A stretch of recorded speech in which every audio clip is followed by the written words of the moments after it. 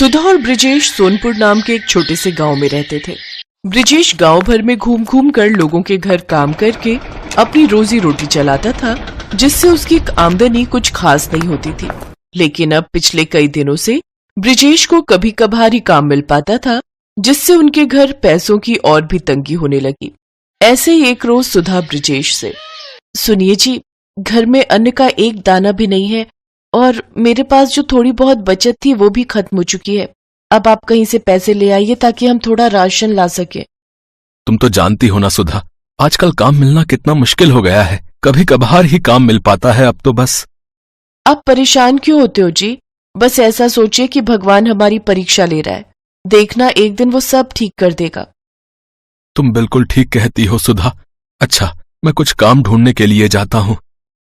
ब्रिजेश बाहर जा ही रहा होता है कि तभी एक बड़ी सी कार उनके दरवाजे के सामने आकर रुकती है, जिसमें से एक औरत हाथ में साल भर का बच्चा लिए अपने पति के साथ कार से उतरती है। कार की आवाज से सुधा भी बाहर आ जाती है। सुधा देखती है तो सामने उसकी बड़ी बहन निहारिका खड़ी होती है। निहारिका दीदी, आप यहाँ? सब ठीक तो है ना? नहीं सुधा, कुछ भी ठीक नहीं है। दरअसल मुन्ने की तबीयत पिछले 1 महीने से बिल्कुल भी ठीक नहीं है।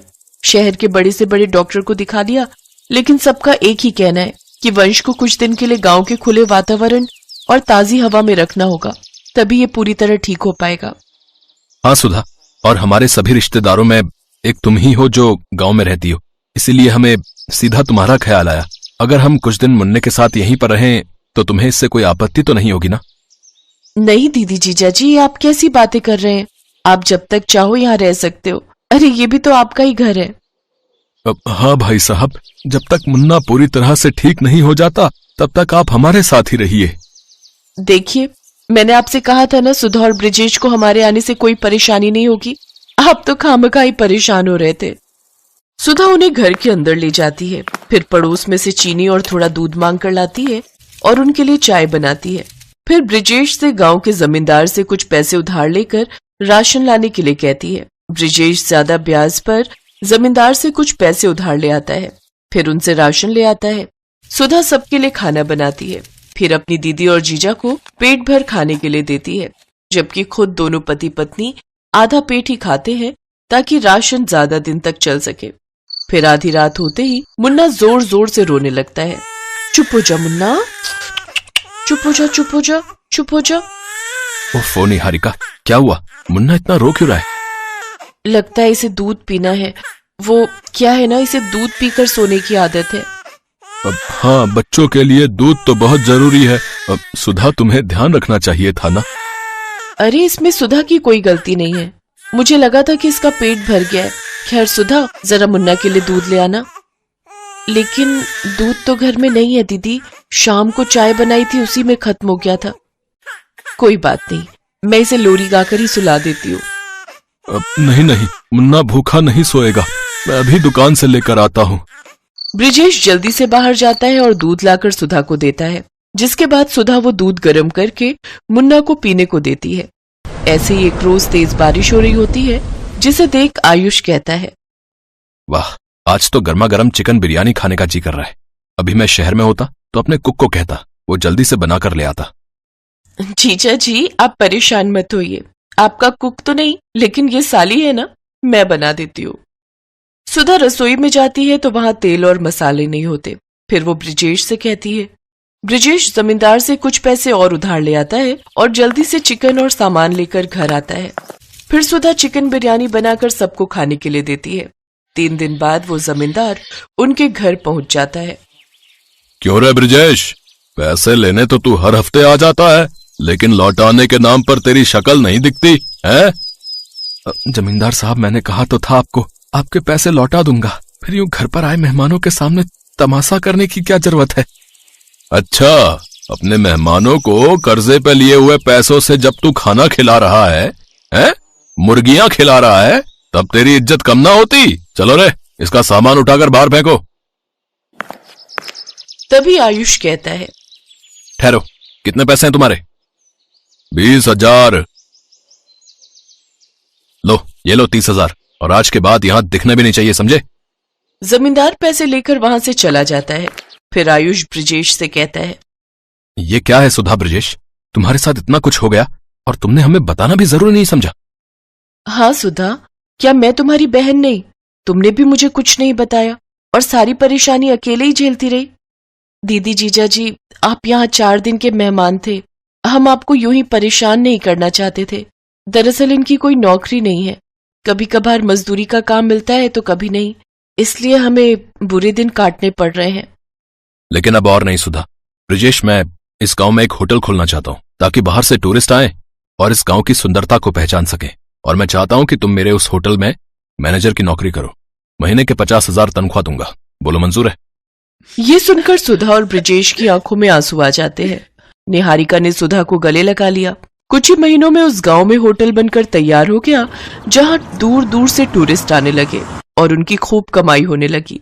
अब ब्रजेश और सुधा ने भी अपना एक बड़ा पक्का घर बनवा लिया। अब उनकी जिंदगी के सारे दुख दूर हो गए और वो खुशी खुशी रहने लगे। राशि सुबह से परेशान थी। उसकी कामवाली की सास बीमार थी, इसीलिए वो 2 महीने की छुट्टी पर गांव चली गई। क्या हुआ राशि, ऑफिस जाने का टाइम हो रहा है और तुम अभी तक किचन में ही हो? तो और क्या करूं, पुष्पा अचानक छुट्टी लेकर गांव चली गई। बिल्डिंग के सारे फ्लैट्स में पूछ लिया है, किसी की भी कामवाली खाली नहीं है। एक काम करो, तुम गाड़ी लेकर ऑफिस पहुंचो, मैं ऑटो लेकर अपने ऑफिस चली जाऊंगी। तभी दरवाजे की घंटी बजती है। जी कहिए, आपको किससे मिलना है? मेरा नाम सुदर्शन है और ये मेरी पत्नी अनुपमा है। हम दिल्ली से आए हैं। आपके नीचे वाली बिल्डिंग के फ्लैट में जो अशोक रहता है वो मेरा भांजा है। पता नहीं, बहुत देर से हम घंटी बजा रहे थे, किसी ने फ्लैट का दरवाजा ही नहीं खोला। हाँ, हमने तो 1 हफ्ता पहले ही अशोक को बता दिया था कि हम मुंबई आ रहे हैं।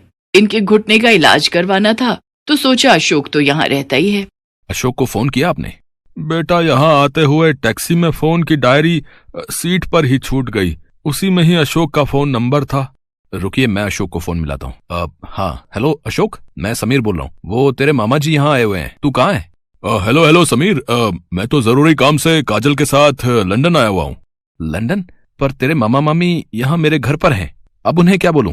एक काम कर यार, मेरी थोड़ी मदद कर दे। मैं 2-3 दिन में जैसे ही काम खत्म होता है वापस लौट आऊंगा। तब तक तू मामा मामी को अपने घर पर ही रख ले यार, तू मेरा दोस्त है ना। पर अशोक, हेलो हेलो समीर, यहाँ नेटवर्क नहीं है, आवाज नहीं आ रही है। मैं तुझसे बाद में बात करता हूँ, ठीक है? मामा मामी का ख्याल रखना। Hello hello. अशोक फोन काट देता है। समीर कमरे में जाकर राशि को सारी बात बताता है। क्या अशोक का दिमाग खराब है क्या? हम दोनों वर्किंग हैं, मेड मेरी आ नहीं रही है, ऊपर से ये दिल्ली वाले मेहमान, वो भी अपने नहीं किसी और के, और उनकी देखभाल हम क्या करें? मैं अभी जाकर उन्हें कह देती हूँ कि वो अपना इंतजाम कहीं और कर ले। रुको राशि, बेचारे दिल्ली से आए हैं, पता नहीं उन्होंने चाय पानी पिया भी है या नहीं। बुजुर्ग हैं, ऐसे उनको एकदम से भेजना अच्छा नहीं रहेगा। इतने बड़े मुंबई शहर में कभी ऊंच नीच हो गई तो अशोक तो हमें ही कहेगा ना। 1-2 दिन देख लेते हैं, अशोक आ ही जाएगा। समीर सुदर्शन और अनुपमा को सारी बात बताता है। शुक्रिया बेटा, जीते रहो। अंकल जी, आंटी जी, मैं ऑफिस जा रही हूँ। आप पीछे से कुछ भी आपको खाना हो फ्रिज में रखा हुआ है, आप ले लीजिएगा। हाँ हाँ बेटी, तुम आराम से अपने काम पर जाओ, हमें जो चाहिए होगा हम ले लेंगे। समीर और राशि अपने अपने ऑफिस चले जाते हैं। शाम को जब राशि ऑफिस से लौटती है तो वो घर की हालत देखकर हैरान रह जाती है। ओह नो, इतनी गंदी स्मेल कहाँ से आ रही है? ये स्मेल नहीं बेटी, ये तो देसी घी की खुशबू है। तुम्हारे फ्रिज में मलाई की बहुत सारी कटोरी रखी थी, तो मैंने सोचा इसका शुद्ध ताजा देसी घी बना लेती हूँ, तुम्हारे काम आएगा। पर आंटी जी, मैं और समीर देसी घी नहीं खाते हैं, हम लोग ऑलिव ऑयल लेते हैं। हाँ हाँ, मुझे पता है, ऑलिव ऑयल भी खाओ, पर पराठे पर, साग में, दाल में देसी घी ही अच्छा लगता है।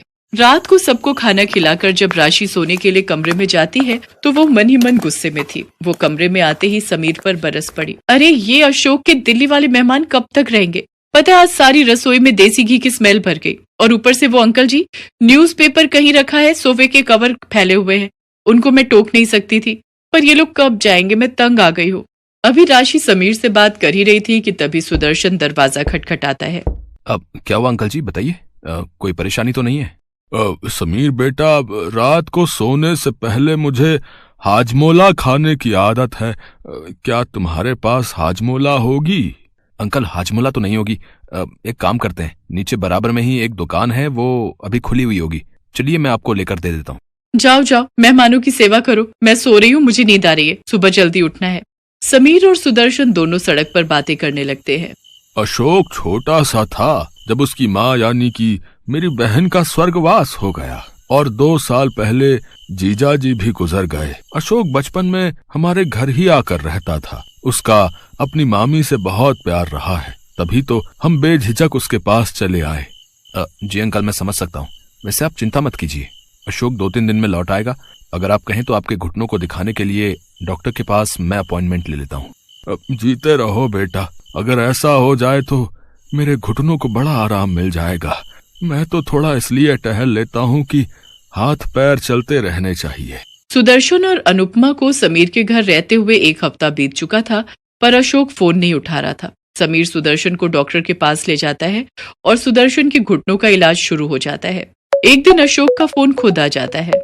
अरे अशोक, कहाँ था तू? इतने दिन से मैं तुझे फोन मिला रहा हूँ। तेरे पास मामा जी के सारे एक्सरे रिपोर्ट और डॉक्टर की रिपोर्ट जो उन्होंने तुझे दिल्ली में दी थी, तेरे फोन में उसकी फोटो होगी, पर तूने मेरा फोन नहीं उठाया। अब मैंने डॉक्टर से दोबारा इलाज शुरू करवाया है, पर तू कब आ रहा है? कुछ बता तो सही, क्योंकि डॉक्टर ने मामा जी को 15 दिन और यहाँ रुकने की बात कही है। उन्हें कुछ एक्सरसाइज बताएगा डॉक्टर। सॉरी यार, मैं यहाँ पर बहुत फंस गया हूँ। मेरा काम ही खत्म नहीं हो रहा है। मुझे अभी कम से कम 10 दिन और लगेंगे यार। प्लीज तू यार किसी तरह से ना मामा जी और मामी जी को अपने पास रख ले। अगर तू कहे तो मैं खर्चे के पैसे भेज देता हूँ। नहीं, ऐसी कोई बात नहीं है। चल मैं देखता हूँ, ठीक है।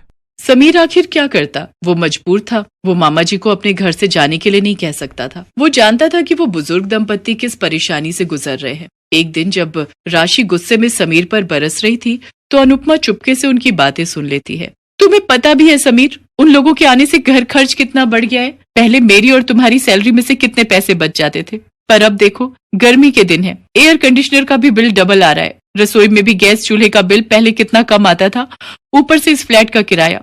अरे धीरे बोलो राशि, अंकल आंटी बाहर ड्राइंग रूम में बैठे हैं, उन तक हमारी आवाज ना पहुंच जाए। अरे अच्छा नहीं लगता है। कोई बात नहीं, थोड़े दिनों की तो बात है। अशोक लौट आएगा, वो बोल रहा है। आज ही मेरी उससे बात हुई है, वो 10 दिन बाद वापस लौट रहा है। अनुपमा जाकर सारी बात सुदर्शन को बताती है। वो दोनों समीर और राशि की मजबूरी को समझ गए थे। सुदर्शन उसी शाम बाजार जाकर राशन का बहुत सारा सामान, खाने पीने की चीजें, फल सब्जियां सब खरीद लाता है। अनुपमा उस रात बढ़िया बढ़िया खाने के व्यंजन बनाती है।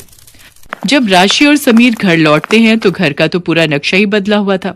राशि थकी हुई रसोई में खाना बनाने जा रही थी। वो देखती है रसोई में तो दाल, सब्जी, रोटी, चावल सब कुछ तैयार था। वो देखकर हैरान रह जाती है। समीर बेटा, राशि, तुम दोनों जल्दी से हाथ मुंह धो लो, फिर हम सब मिलकर खाना खाएंगे। और तुम्हारे अंकल जी ये कुछ सामान लाए थे, मुझे बता देना राशि बिटिया, ये सब सामान कहाँ रखना है। अरे अंकल, इतना सारा सामान लाने की क्या जरूरत थी? कोई बात नहीं बेटा, तुम भी तो मेरे अपने अशोक जैसे ही हो। उस दिन से राशि और समीर मानो सुदर्शन और अनुपमा से इस तरह घुल मिल गए जैसे कि वो उनके लिए पराए नहीं सके ही हो। कुछ दिन तक अशोक वापस नहीं लौटा, पर समीर और राशि को अब इस बात की कोई परवाह नहीं थी। वो दोनों सुदर्शन और अनुपमा के आने से बहुत खुश थे। और एक दिन सुदर्शन और अनुपमा जब दिल्ली वापस जाने लगे तो अशोक लौट आया। समीर बेटा, राशि बिटिया, तुम दोनों ने हमें अपनों से भी बढ़कर प्यार दिया, ये बात हम कभी नहीं भूलेंगे। जाने से पहले हम तुम्हें कुछ देना चाहते हैं, इसे बड़ों का आशीर्वाद समझकर रख लेना, मना मत करना बच्चों। अंकल, ये चाबियां कैसी? मैं कुछ समझा नहीं। समीर बेटा, ये हमारे मुंबई वाले फ्लैट की चाबियां हैं। हम उस फ्लैट में नहीं रहते, हम दिल्ली रहते हैं, इसलिए यहाँ का फ्लैट बंद रहता है। अशोक के पास हमारा आना कभी नहीं हुआ, इसलिए हम कभी उस फ्लैट में जा ही नहीं पाए। अब से ये फ्लैट तुम दोनों का है। हम जानते हैं तुम यहाँ इस फ्लैट में किराए पर रहते हो, अब तुम्हें किराए पर रहने की कोई जरूरत नहीं है। हाँ समीर बेटा, हम दोनों बूढ़े बुढ़िया 2 फ्लैट लेकर क्या करेंगे? हम शुरू से दिल्ली रह रहे हैं, आज से तुम दोनों वहां रहना और हंसी खुशी उस फ्लैट में गृह प्रवेश करो। पर मामा जी, वो फ्लैट तो आपने मुझे देने के लिए कहा था। चलिए मामा जी, मामी जी, आपकी फ्लाइट का टाइम हो रहा है। चलो राशि, हम मामा जी और मामी जी को छोड़ने चलते हैं। राशि और समीर सुदर्शन और अनुपमा को छोड़ने एयरपोर्ट चले जाते हैं और अशोक उन्हें जाते हुए देखता रहता है। वो जानता था कि वो कहाँ गलत था।